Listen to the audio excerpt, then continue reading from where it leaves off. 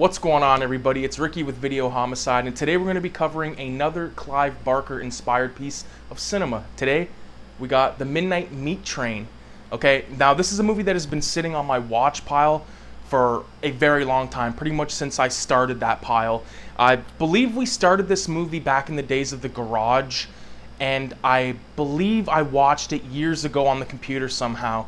Now, this movie stars Bradley Cooper, who right around the same time was getting famous from a movie called The Hangover, which I love. I love the Hangover trilogy. We got Vinnie Jones, of course, who is, I believe, an ex-soccer player or football player, if you're European.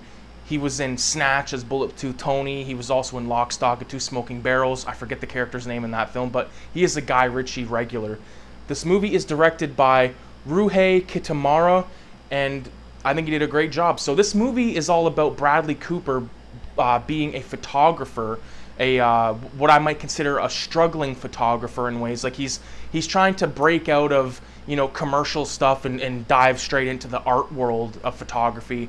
And he gets this contact, and she basically tells him that his work is dull. You need to get some action in there. And so he starts to go out at nighttime and take photos of stuff. And he prevents this one girl from being raped, and he takes a photo of her, and she actually kind of like awkwardly kisses him, which I almost thought of like that's the kiss of death. I even said that in my head like as that scene happened, and sure enough, that character is killed by Vinnie Jones. Vinnie Jones is like this guy that works at a butcher shop, and he murders people on the midnight train, or I believe it's like the 2 o'clock train to be precise. But there's some really cool sort of imagery where you got Vinnie Jones sitting at the bench like in a subway station, and all the people are walking past him and trains are going by, and he's just staying in one spot as if he's like a fucking robot or something. And what he does when he gets on the train, once it's on its last sort of last little hurrah of the night, he kills everyone on the train.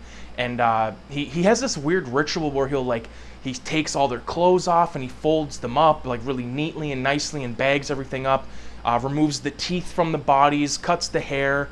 Real quick before I forget, the thing he uses to cut hair, my grandpa told me about that like years ago when he was still alive. I used to cut his hair all the time, and he said back in the day they had this thing. It was almost like a pair of pliers in a way, and you would move it along like that. And he said, and I said to him, that sounds painful. He said it wasn't unless the guy stopped, squeezing. So I thought that was kind of interesting. Kind of brought me, when I seen that, I immediately thought of Stu, who was, that's what we called my grandpa. We called him Stu. But anyways,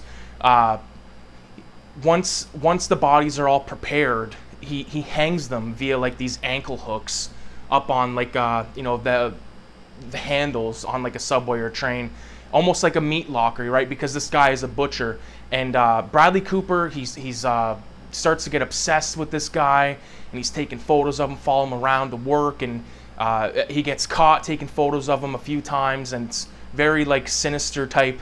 Not sinister as in like the film Sinister, but it's creepy stuff, especially their first interaction when Bradley Cooper is following him and he turns the corner and Vinnie Jones is just stopped, and then Bradley Cooper starts walking past him, and then Vinnie Jones just like grabs him, and it's cool stuff, man. So this movie, I would say I would say it, for the most part, it doesn't feel supernatural up until one point when we get this interaction between Vinnie Jones and the conductor of the subway. He seems almost like, he gives him shit at one point, and I was like, what the hell's going on here? That's what made me think, okay, we got a supernatural type flick on our hand.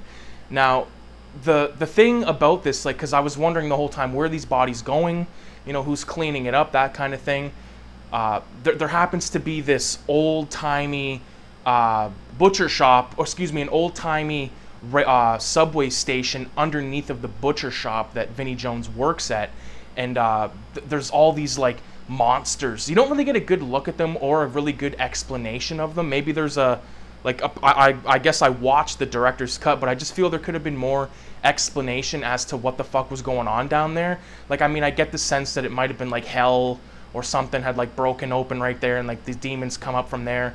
But they looked cool in the little bit that you get to see them, but I could have used a little bit more stuff about that.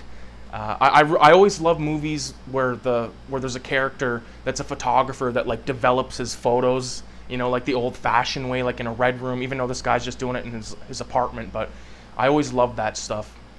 A good scene, this is a shitty movie, but Seed of Chucky with John, well, not with John Waters, but John Waters has a cameo in Seed of Chucky as this like sleazy paparazzi guy, and he's like got a really cool death that happens inside of one of those like you know, developing booths. We had one of those at Beale, like the high school I went to rather. I went in there a few times, and it wasn't into photography, wasn't into videography back then at all. I was totally into art and stuff, which is going to lead me to the special features of this DVD. If you get your hands on this director's cut version, you're going to get Clive Barker, the man behind the myth. Now, Clive Barker is also known for directing, excuse me, well, no, he did direct Hellraiser 1, excuse me.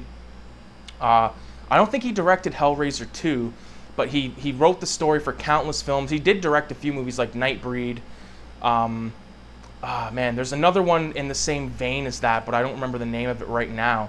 And Candyman, of course. He wrote the story of Candyman, originally called The Forbidden, and that appeared in, I believe, book 3 of Clive Barker's Books of Blood series that he did, which was a series of anthology books. And I think there was about 6 in total. You can probably get a really good, you know, box set online, and it's probably expensive as fuck to find them, like the actual books, like out in the, or not out in the wild, but excuse me, online. Like I got one Clive Barker book, it must be in my room, but I got the Hellbound Heart, which is the inspiration behind Hellraiser. Really love to sit down and read that book. It's not a long book. It's kind of like Clockwork Orange. I remember I bought Clockwork Orange because I was obsessed with reading it, and I read it in like 2 days, and I was like, fuck, that's it. But you get like the whole movie, which was weird to me because obviously once you've seen the movie, you're gonna think about those characters in your head. At least that's what happens with me.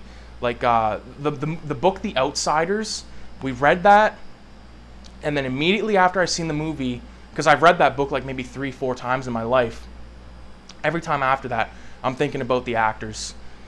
And that also happened with me when I was reading It. So, and I was thinking of the original cast, for fuck's sakes, not the 2017 It movie and the sequel. I can't stand those flicks, so if you like them, that's fine. We also get on here Anatomy of a Murder Scene, Mahogany's Tale, an audio commentary with Clive Barker and the director, and widescreen presentation, of course, blah, blah, blah.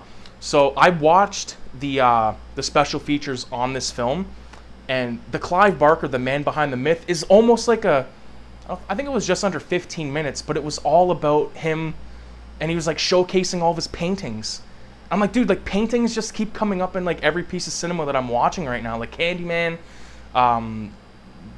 Fuck, that's the only one I can think of right now offhand, but I really enjoyed seeing that because some of the paintings that he shows, like I guarantee you're never gonna find photos of or anything anywhere else other than this video, because he's just kind of like got hundreds of paintings laying around. He's like flicking through them, and the camera's showing what they can.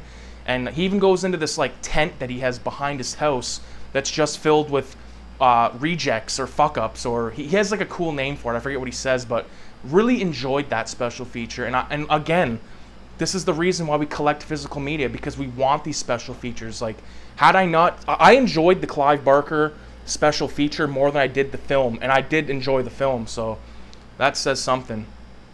Got a Ted Raimi cameo in this film, which is always funny. But yeah, man, Midnight Meat Train, I would definitely recommend checking it out.